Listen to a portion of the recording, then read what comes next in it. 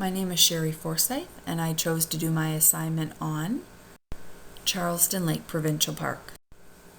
The park's located in the Ottawa, Montreal, Toronto triangle, 60 kilometers northeast of Kingston and 15 kilometers north of the St. Lawrence River in the United Counties of Leeds and Grenville. It lies within the Frontenac Access Area of southeastern Ontario.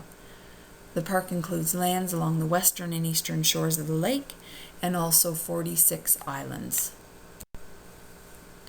History of the park is that it was regulated in 1975, and within the park you can find many archaeological sites to include open-air campsites and rock shelters.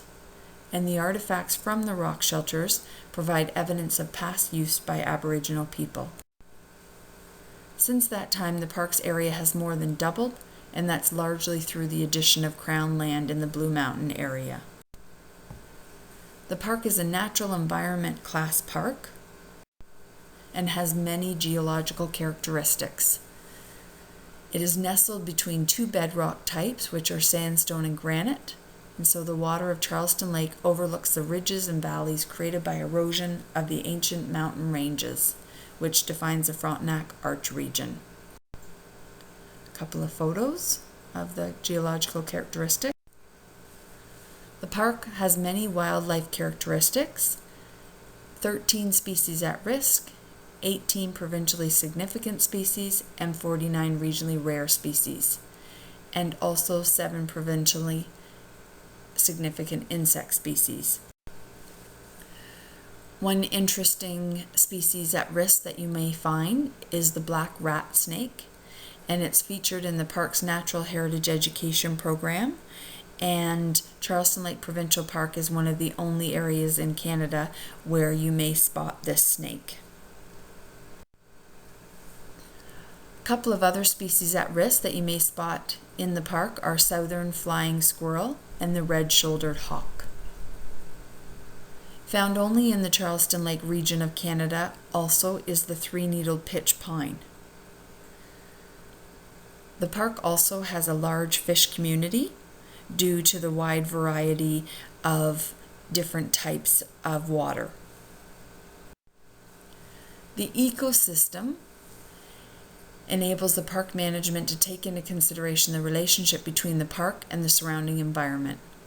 And at the park, they encourage neighboring landowners to also protect the environment surrounding the park. The park ecosystem is known as the watershed of Charleston Lake, or as the area of Frontenac Arch Biosphere Reserve.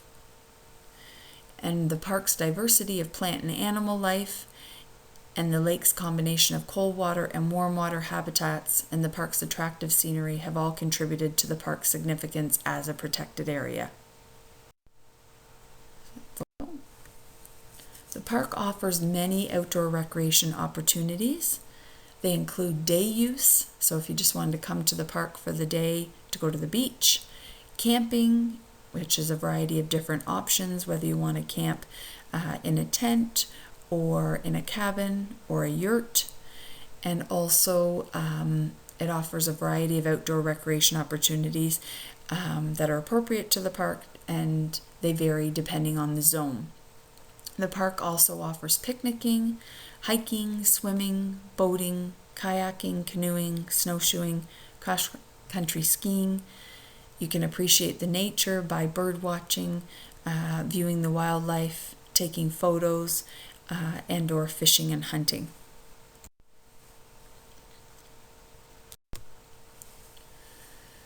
Charleston Lake offers many educational opportunities. They actually have the highest level of natural heritage education at the park, and that includes outdoor recreation skills, so you can learn how to canoe. They also have camping programs for first-time campers.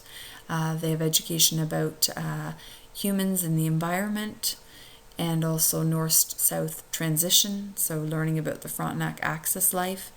And they also have education about the natural heritage and how the benefits of the park benefit society.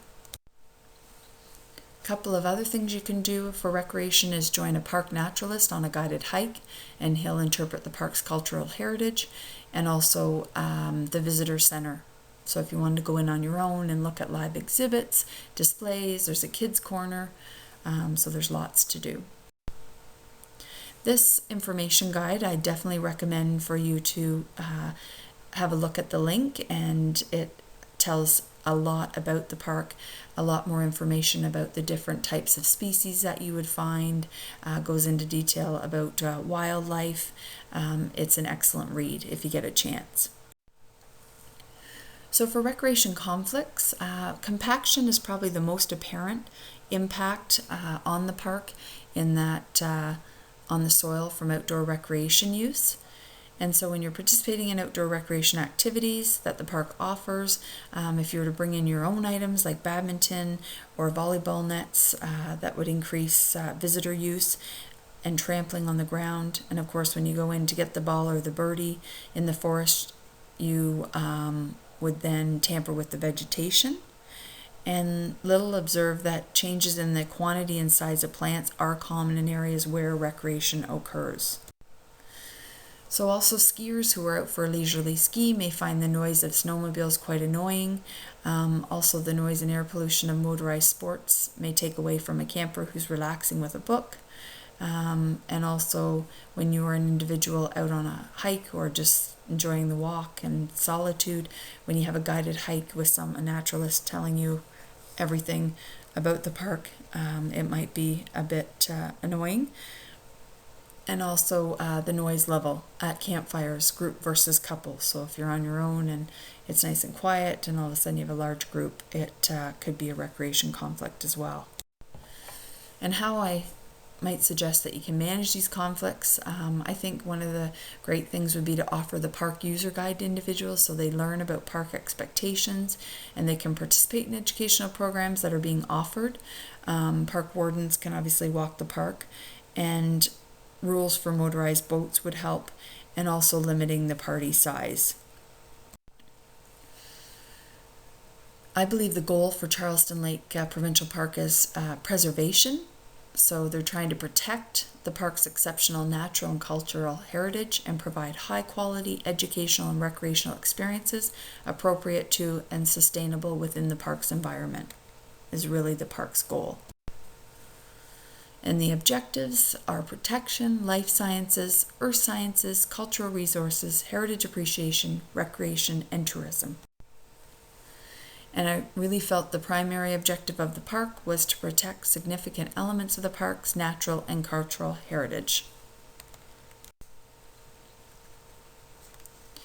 And the park had 4 objectives, which were protection, heritage appreciation, recreation, and tourism. And I felt that Charleston Lake Provincial Park contributed to all 4 objectives.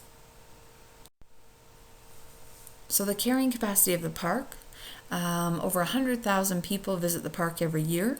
It's open May 9th to October 14th. During the off-season, in the winter months, a couple of trails can be accessed from the road for snowshoeing and snowmobiling and skiing. And I talked about a couple of concerns from a social and ecological carrying capacities perspective. So there'd be direct and indirect impacts. This is a photo of the overhang of the Sandstone Trail, which is beautiful. I'm going to skip these slides. And I felt that Charleston Lake Provincial Park was a protected area prior to it becoming a park. So once the area was favorite hunting ground for the Indians, where archaeologists found more than 30 prehistoric sites. They found arrowheads, pieces of pottery, and other Indian artifacts. And the park's Pioneer Hiking Trail was one of the several such trails leading to one of these hidden shelters. So going from past use to current use, it would have been environmental, and the major impact would have been to forestry when the land was cleared to make room for the campsites and the store. And when the land was cleared, new elements of habitat such as fields and then old abandoned fields made opportunities to new species, both plants and animals. Probably animal life perhaps was the most affected. So I used a variety of management strategies, and I talked about assembling a project team consisting of planners, managers, and researchers. I would also include a volunteer who's passionate and has a solid knowledge base about the park, and hire a consultant if you had the money to do so. And I also felt that partnerships would be a great vision for the park, include partnerships that would have a great vision for the park. And I'd use the public involvement in inviting the public to come and spend a half day at the park. I would educate them about the park, conduct a guided tour, and have them fill out a survey. And I also think that the park could be improved if they were to bring on volunteers that were trained and educated about the forms of recreation impact in the wilderness, and they could work on designing signage to be posted throughout the park. They could also visit campsites and give a brief talk on the Leave No Trace principles and leave a pamphlet. And I'm going to skip over those. And after you looked at the survey, if there was an interest in having Charleston Lake Provincial Park converted to a year-round park rather than the current operation time frame, I thought that would be great. It would spread out the visitor use throughout the year and increase outdoor recreation participation. And I thought that it would be great to offer bird watching, skiing, snowshoeing, skating, winter camping, and dog sledding. And operating the park would bring a variety of visitors with a variety of interests and would have the opportunity to enjoy a variety of outdoor recreation experiences. I'm going to skip these slides. And just in summary, the impact that evolves while participating in outdoor recreation activities are unavoidable, but with education and knowledge gained, each one of us can help to minimize the impact we have on the natural environment. Thank you.